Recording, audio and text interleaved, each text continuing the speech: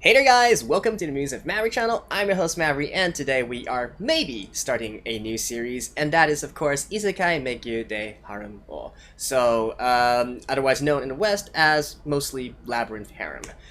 So as I tend to do when I start a new series, I'm sure that there are some newcomers here, so just to give a quick introduction to my channel, I'll typically divide my videos into 3 different parts. I'll have an intro or a recap at the very beginning, which I'm doing right now. I'll have my blind reaction, well, typically blind reaction, but I'm going to get to that in a minute. This one is actually not blind. I'll talk about that later. And then finally, at the end of this will be my musings section, hence the namesake of the channel, where I like to go a little bit more in-depth into, you know, the systems, the rules that this particular anime or this particular series uses, you know, some theory crafting, some theories of what will happen, so on and so forth, right? Of course, there will be timestamp below for your convenience. Now, let's talk a little bit about this series, right? Because some people might think of this and, hey, Harry, why are you watching an ecchi series? Well, the thing is, though, this is actually one of my favorite actual, like, isekai series. Like, I like the topic of isekai, even though a lot of people think it's overdone and whatnot. You know, I still watch some. And in fact, this one I started following pretty early on, about at the same time as Danmachi. Is it wrong to pick up girls in the dungeon? You know, that one. And I gotta say, I vastly preferred this one. Not only because of the, you know, the ecchi scenes and whatnot, but honestly speaking, I think it's really well done. It portrays the mindset, it portrays a really realistic mindset of what someone would actually think of. Like, if you or me, like, we were actually transferred into another world, like, how would we approach the situation? Well, maybe I can't speak for you guys, but at least for me, I know that if I transferred into, like, suddenly into a fantasy world, like I got isekai or something, I would probably do the same things as this guy is doing. You know, being cautious but not overtly so, and taking your time to get acquainted with the various systems, with this world, and keeping a low profile, etc, etc. And of course, at the end of the day, doing whatever the hell you want, right? You got Isekai tonight, you got a new chance on life, you gotta enjoy yourself. So that's why I really enjoyed this one, especially at the beginning parts of this, where, you know, before we get into all the other girls and whatnot, and I'm not gonna go into, like, the entire moral debate and whatnot. Like, this is fantasy. Just live with it. If you are watching this video right now, most probably you also don't care that much about any sort of moral issues or moral questions, alright? So let's put that aside. I just want to talk about, like, how exactly the main character for this series approaches these situations, approaches these problems, and, you know, gradually builds up his power and his harem as well, right? Though I said that I typically do blind reactions, and this is a little bit special for me because I typically don't like to watch anime series which I'm already reading the novel or manga of, and especially for this series, I've read the I've read the web novel, the light novel, and the manga. All right, so, like, I already know this one like the back of my hand. All right, so there's really no, and I'm caught up, like, pretty late into the novels, so there's no way, like, this season is going to have anything that I haven't seen before. Now, I don't like to do reactions like that because, you know, it's not really a blind reaction. I think the sort of, like, fun factor definitely diminishes by a lot, but for this series, because I do like it, so I do want to still sort of watch it. And yeah, hopefully if you guys don't find my reactions boring, then at least, you know, you can stay for my musings, and we'll leave it at that. Beyond that, typically I do like to go through what I call the fundamentals, the basics of an anime adaptation, which is, you know, what studio is doing this, what voice actors are in this, etc, etc. I gotta say, like, there's nothing particular about this series which catches my eye, right? I'm glad that they actually got some pretty well-known voice actresses for the main characters, though, and voice actors for the main characters. So typically in a lot of these sort of, like, ecchi works, you know, you would have more, I guess, lesser-known seiyus voicing these, but in this one they actually got some pretty prominent voice actors and voice actresses as well, so I'm looking forward to that. Beyond that, the director, sound director, like, I don't really this studio I'm not that familiar with, so I can't really comment too much on it. But hopefully they are able to do this justice. And to be honest, even if the animation will be a little bit lacking, which we don't know yet, still I think the main focus of this story should still be, well, I guess for some people it would be the ecchi scenes, but for me anyways, I do hope that it can properly convey all the sort of systems and the thought process of the MC, and that's the part that I'm actually interested in and most interested in sharing, because ecchi scenes, like, everybody can enjoy. You don't need me to narrate an ecchi scene for you, right? So anyways, with that in mind, well, let's just get into the episode. Alright, let's begin in 3, 2, 1, play.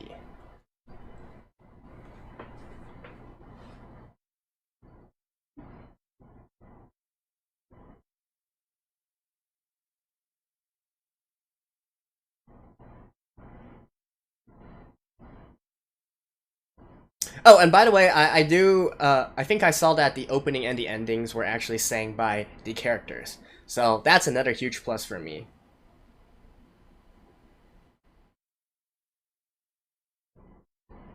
I believe the opening is sang by Roxanne, the first girl. By this one.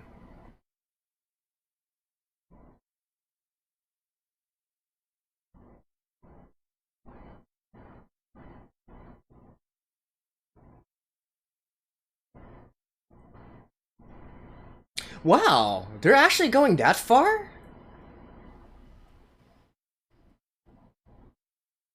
Really? Okay. Well, see, the reason why I'm a little bit surprised is because the offer does kind of sort of like to drag things along. So, especially there's a lot of like, how do I put this? Because it is, like I said, it has a really realistic take on the situation, right? So, like, if you were, you were a modern day person suddenly isekai'd into this sort of like high fantasy world, high medieval technology kind of world, you would want to have a lot of like comforts, right? The life comforts of our modern world. And so the main character actually spends a lot of time going around and trying to secure these comforts for him and his girls.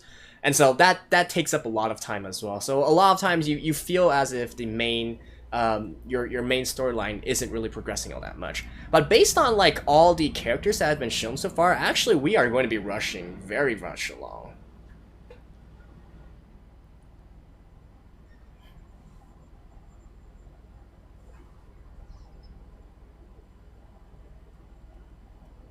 Yep, and that's his vision.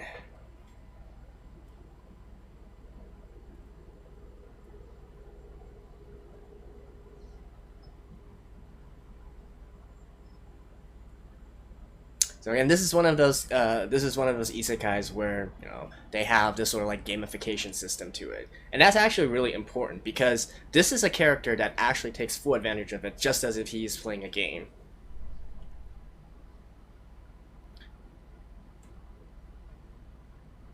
Like, it's not just an afterthought like in a lot of other series where they just basically use the sort of like UI as a sort of excuse to let the character let the audience know like the levels of them or what skills they have and that kind of thing.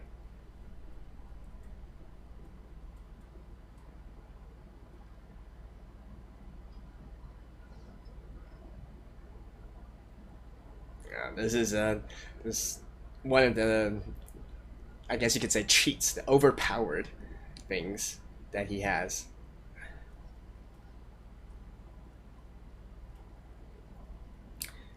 By the way, one important thing which I kind of glossed over is because he kind of acquired the sandals, right? So he gained the job of thief. So just by that, you know that this is a case where you can unlock different jobs by completing certain conditions. Right? That's also very important in the future as well.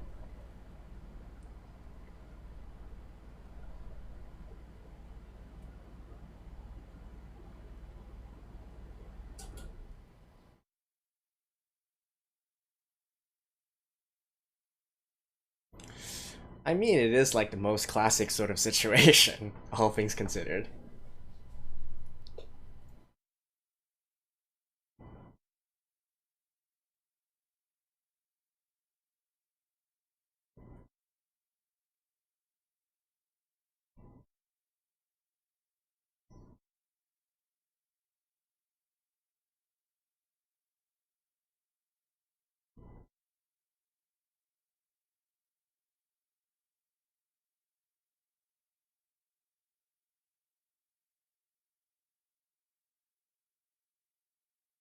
And not really, to be honest, but because he has.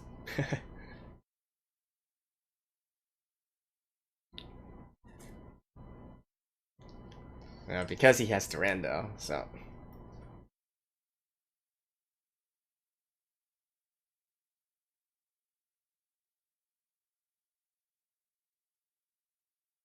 Well, of course, there's that as well, but mostly Durando.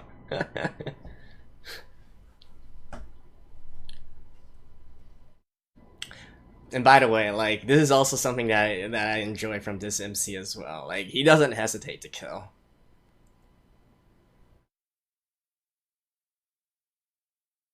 None of that weak ass, I'm a hero, I can't kill people, I'm better than that bullshit.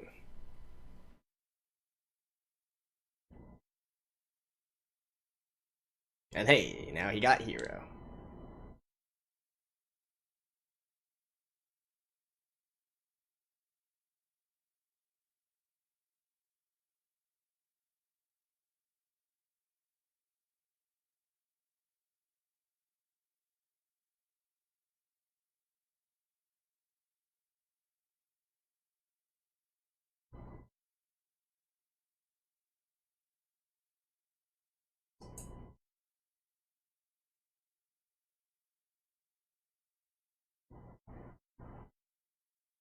Hmm. They are like, just looking at the opening, as I said, they are really rushing for a lot of things, right? I think in the original like light novels, he took like 2 or 3 chapters before he even stepped out of the. Actually, I think a full chapter before he stepped out of the barn. That's just a normal bandana.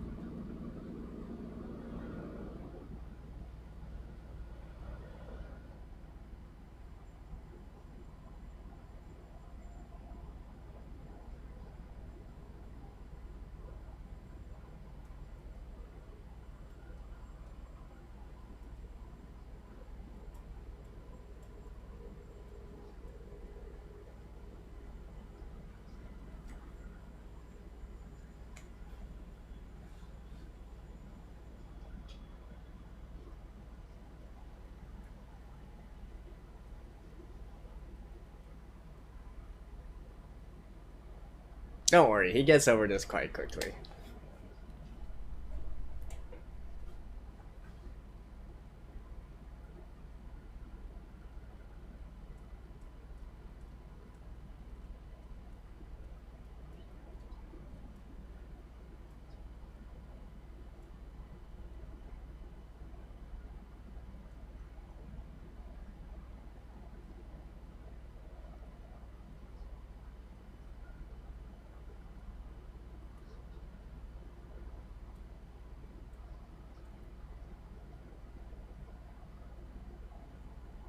See? Like, he definitely has a very I really like his attitude compared to like a lot of other isekai characters. I do enjoy this MC very much.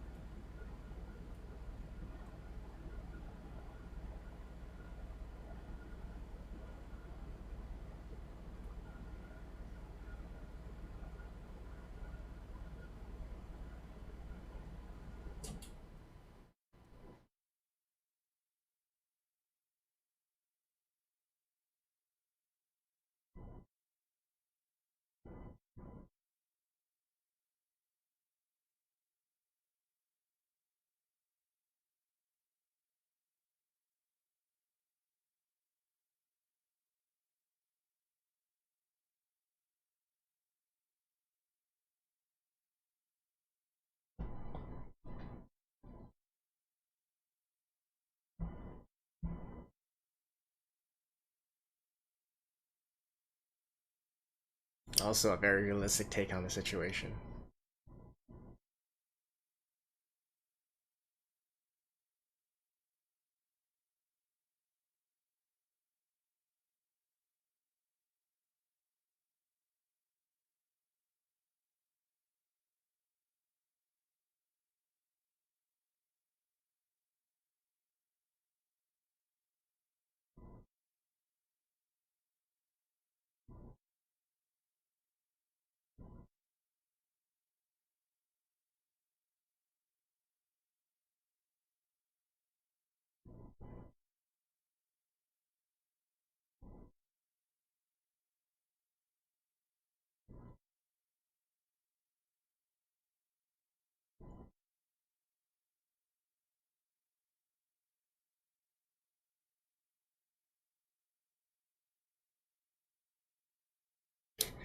The font they keep on using, they don't really need to.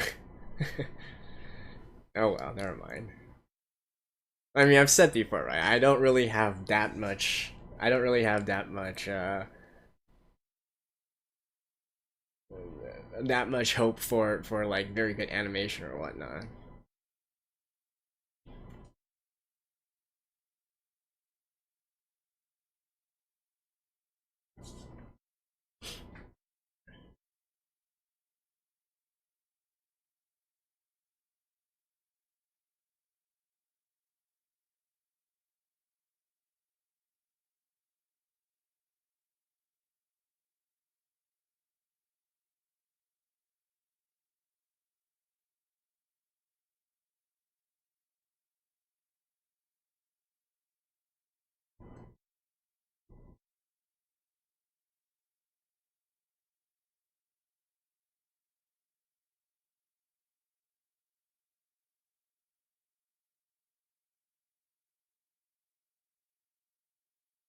See, he actually went through he actually went through a lot more. He, he actually went for a lot more internal turmoil. In this, like, they really are rushing through a lot of this stuff. But he was worried about, like, remember he got a thief job, right? So during that time, he was worried about, whether or not it would show up on the intelligence card, whether or not that he would instantly be apprehended because of this. Look at the 3D.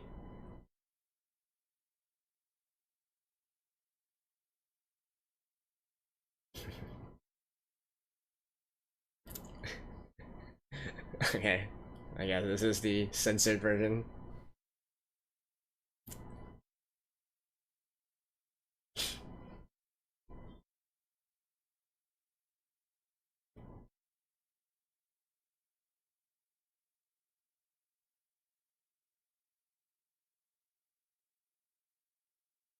Hey, it's Alan.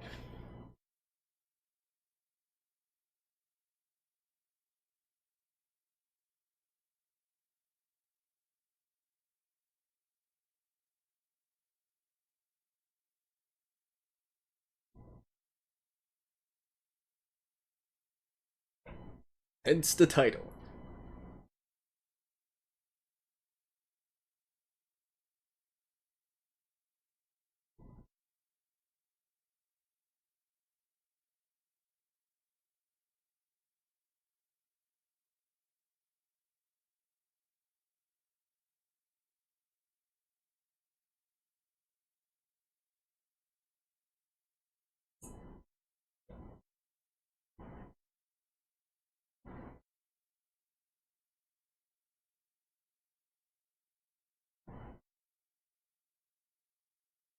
I kind of forgot like what was the conversion rate between the NARS and yen.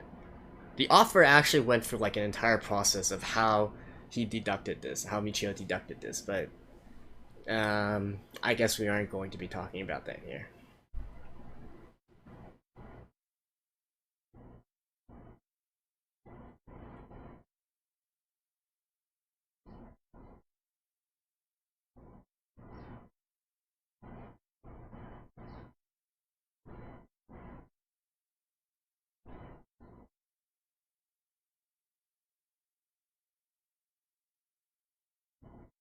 See, these are some real questions, right?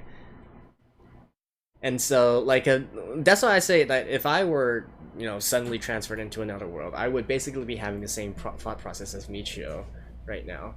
No, where if you don't consider yourself like the main character of an anime, right? Like you're not gonna have some sudden encounter with some pretty lady or guy or whatnot who will teach you the ways about the world.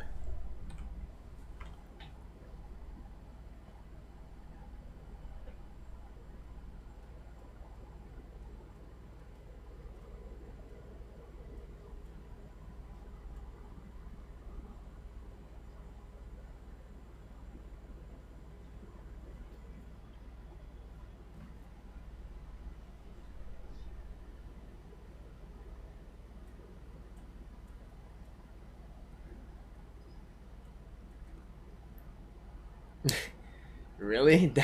You guys are censoring it like that?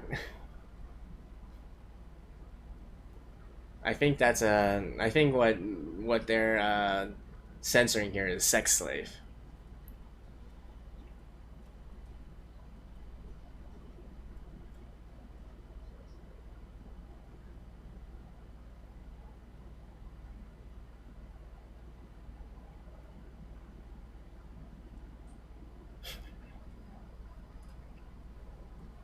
Hey, Roxanne.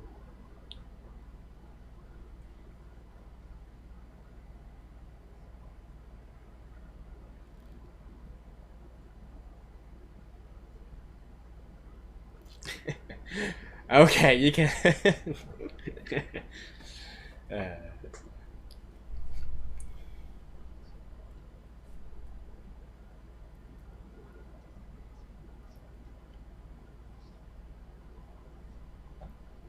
that's that's the main point.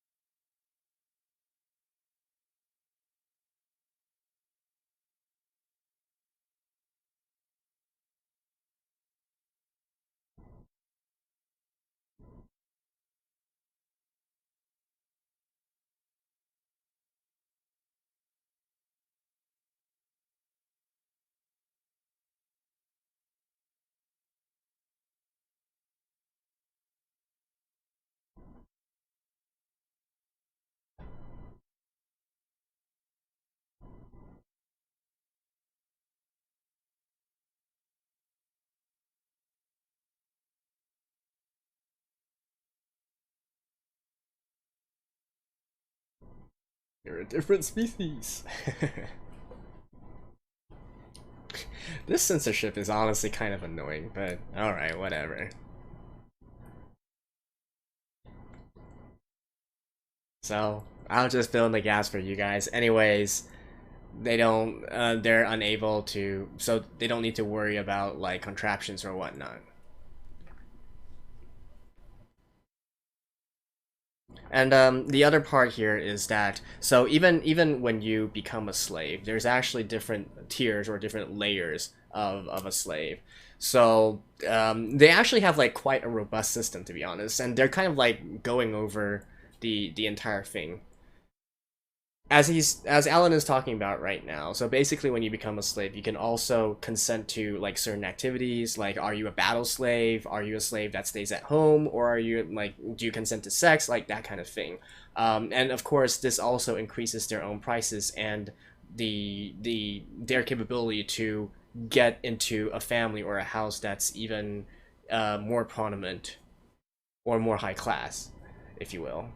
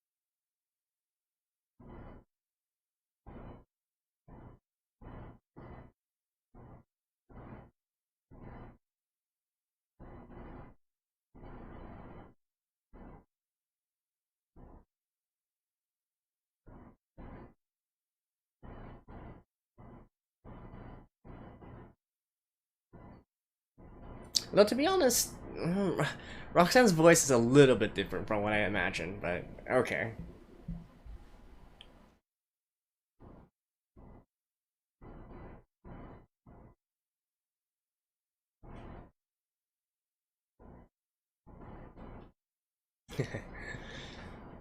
By the way, actually looking at Alan right now, that and yeah, here you go. Apparently, the ending is sang by Alan.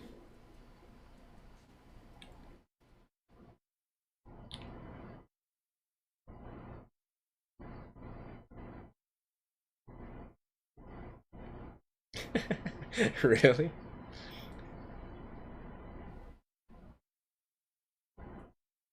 Oh, and Michio as well, right?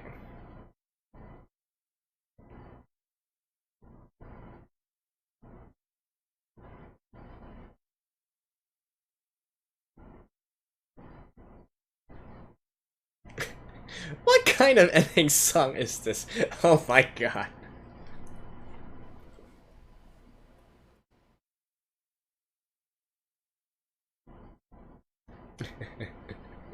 So basically, it's saying that he needs to prepare 600,000 hours to do what he wants to do.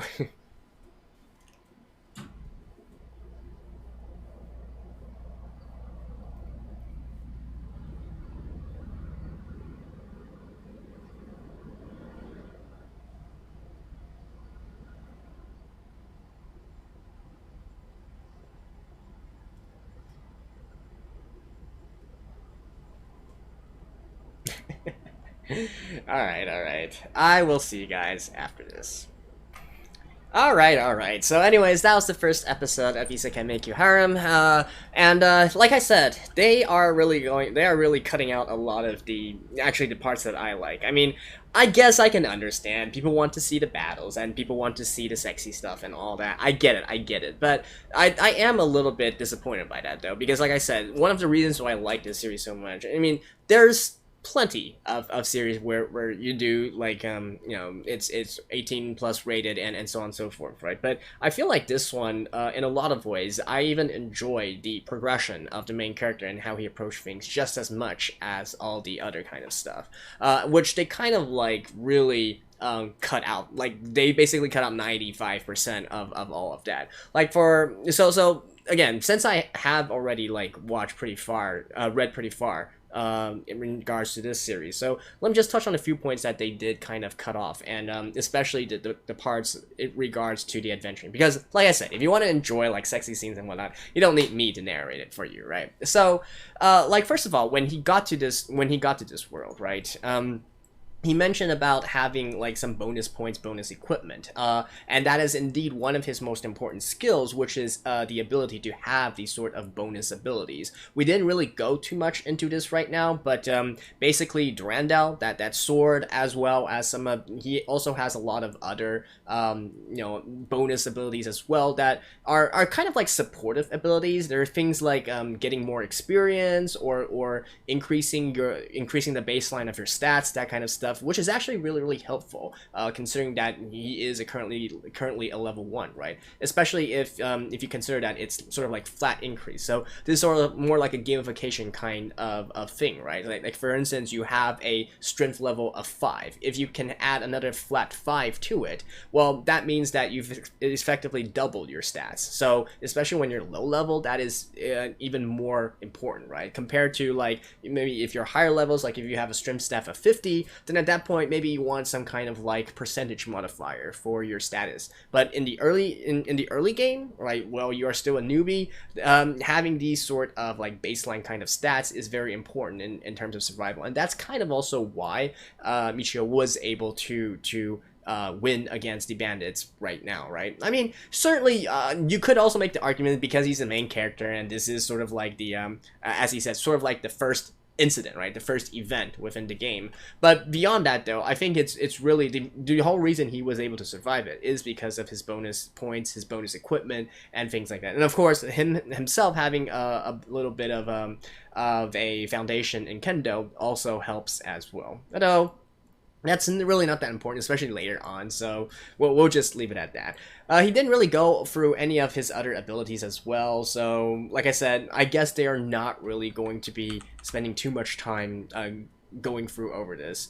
But yeah, anyways, after the first education, so during that entire, like, I guess first half of this episode, the important things are, you can get jobs just by meeting certain conditions. So because he stole something, he got the thief job. Because he was able to protect the village, he got the hero job. And so those are things that are important here, because this also means that later on, but just by doing different actions or meeting different conditions, he's able to get more and more jobs as well. And that is part of the sort of like leveling system in this world, and it's actually the sort of like system that I really like as well, because the possibilities are endless here. You're not just locked into one certain character or one certain job, but the world's your oyster, right? You can do whatever you want as long as you have the time to spare to level it up, and so on and so forth. And so we have that entire thing. We also have he got to the first town, and that is going to be like his main base for the foreseeable future. And they also kind of like glossed over the look and feel of the town, like the technology level, that kind of thing. So basically, like I said before, they're sort of like high medieval, actually maybe even early Renaissance, I guess. But in any case, it's definitely a place where it hasn't gone for industrialization yet. There's not, it's pretty low technology. They don't even have baths. This is actually kind of important, showing the bathing scene here, which is just hot water and some cloths. That is kind of important because, like I said, one of the things that the author has done for this series is portray the character in a way where it's very realistic. He has very realistic needs and urges, right? Like we as modern people, we can't go without taking like a shower or whatnot every day. We need hot water, but we need the water to be on us. And, if you just like taking a rag and then using water to sort of like wipe yourself down, that's kind of like roughing it up, right? That's not really what we do, and that's not what civilization has been. So in a lot of the sort of like in between, I guess technically you could call it filler, but I think it's a very realistic take on the situation, is actually Michio going around trying to secure these different comforts, trying to get into a certain level of civilization. However, judging from the opening, because they showed all the way to his fourth girl, I do think that we are going to be speeding along with all of this. Like, if I recall correctly, like between when he got Roxanne, and I don't really consider this a spoiler because I think it's pretty obvious that he's going to get Roxanne here. So if you do think I'm spoiling, let me know. But the time between when he got Roxanne to when he got his next one was actually quite long. There was quite a few things that they did in between. Again, letting us see how Michio takes the battle seriously, and how he keeps on doing some experimentations as to know the extent of his abilities and figure out the rules of this world, right? Even though he has to be honest, like, even if you take out like all of his bonus abilities and bonus skills, I think just having one thing itself is enough to make him really overpowered. And that is the concept of having this identify, right? Having this sort of like game-like UI that's popping up whenever you look at something. That, like, information is so important, especially in this kind of technology setting where you know, you don't have like the internet. Information is king, right? In these kinds of times. So even if he did not have any of his bonus abilities or bonus equipment or whatnot, just by having that itself is already like a huge advantage over anybody else. And full props to Michio. He actually takes advantage of this and tries to, you know, the only thing he's lacking is sort of like a tutorial button, right? Like some sort of like help menu that tells you like all these certain conditions and what certain effects means and so on and so forth. But that actually is quite diligent in trying to figure these things out and applying it to him, because he's taking this seriously, right? You know, in this episode we clearly see that he realized that this is not a game. If he dies here, it's hard to say if he will die for real, and so he's now taking a very serious attitude towards this. And, you know, his first priority is definitely, I gotta stay alive, right? That's first and foremost. So taking that into mind, though, he still ventures out in order to, because he has certain needs, he has certain desires, so he's still going to put his life on the line, but he's going to be careful about it, basically. So that's in regards to Michio, and then obviously, like, you know, meeting Alan, the slave trader. He's actually quite an important person, and you know, I feel like in the anime he feels even more suspicious than he was in either the novels or the manga. But don't worry, Alan's actually quite the nice guy. Although I guess that might also be considered a little bit of a spoiler. And then obviously Roxanne, right? I don't want to talk too much about Roxanne, but I feel like the easiest way to look at her is, you know, consider Raphtalia from Shield Hero, right? She's basically the same sort of character, all right? And, you know, very loyal, takes being a slave very seriously, takes fighting very seriously, takes protecting her master very seriously, you know, that kind of stuff, and you know, having that sort of like pride as a warrior, that kind of thing, which again we'll see kind of later on. We see her in her maid clothes here. That's kind of like, honestly, not that. I think that was just a one-time thing, really. I don't think she really showed out, because like even later on when Michio was about to leave, right, we saw her in her normal clothes, and that's what people should get used to, honestly. And then of course they kind of like glossed over a lot of the intricacies of the slaves, the slave trade, and that sort of stuff. Like I said, the author actually really you know, fully thought out this slave trading system, including like the various provisions, the various conditions and whatnot, and how the economy around slaves was formulated, and, you know, certain rules and expectations, exceptions, that kind of stuff, right? It's actually quite an integral and central part to the story, because I mean, it's literally in the well, I guess now it isn't in the title, but previously, while it was a light novel, it was in the title. It was not just a harem; it was a slave harem. So that's how it is. So, you know, I guess that also kind of counts as spoilers. But, you know, just in case some people are unable to accept this or not, or whatnot, all the other girls later on are all his slaves. So if that's something you can't accept, well, again, feel free to just leave. But I think those who are staying are probably those that don't really care that much about, you know, a sort of like fantasy setting here. And so they kind of like glossed over all of that part as well. I can kind of understand why, though, because they really didn't want to say anything too. But here's the thing, though. Here's the thing. Like, you're already kind of like showing the axe. I mean, are you really thinking that you are able to air this to people who are not old enough? Like, even with that kind of censorship, right? It's not really. Like I don't get, and even censoring the words as well. I'm just like, what the actual hell? The words that they were censored is basically sex slave, and they were talking about Roxanne being a virgin as well, you know, that kind of thing, and being because she's a different species, so she's not able to get pregnant with Michio and all that kind of stuff, right? So talking more about that. Later on, we will learn a little bit more as well about, like, as I said, the sort of like rules, obligations of slaves, and how they are normally utilized, how they are treated, and so on and so forth. Yeah, I guess that's something that we can leave till later. And anyways, Michio has his first mission in hand. He's got to find a way to earn 600,000 NARs, and that is really not easy, right? We saw how, like, a healthy male slave that can, you know, you can use as hard labor. Like, literally, this is not just a contract, right? He's literally, your property now. The sort of like the villager from earlier who was sold off. He was only worth 30,000 NARs, and this is like 20 times that price. Sorry, not 20 times that price. That was like, wait, what was it again? For 30,000? Yeah, 20 times the price. Sorry, what am I talking about? Yeah, and of course he actually had a little bit of a discount as well.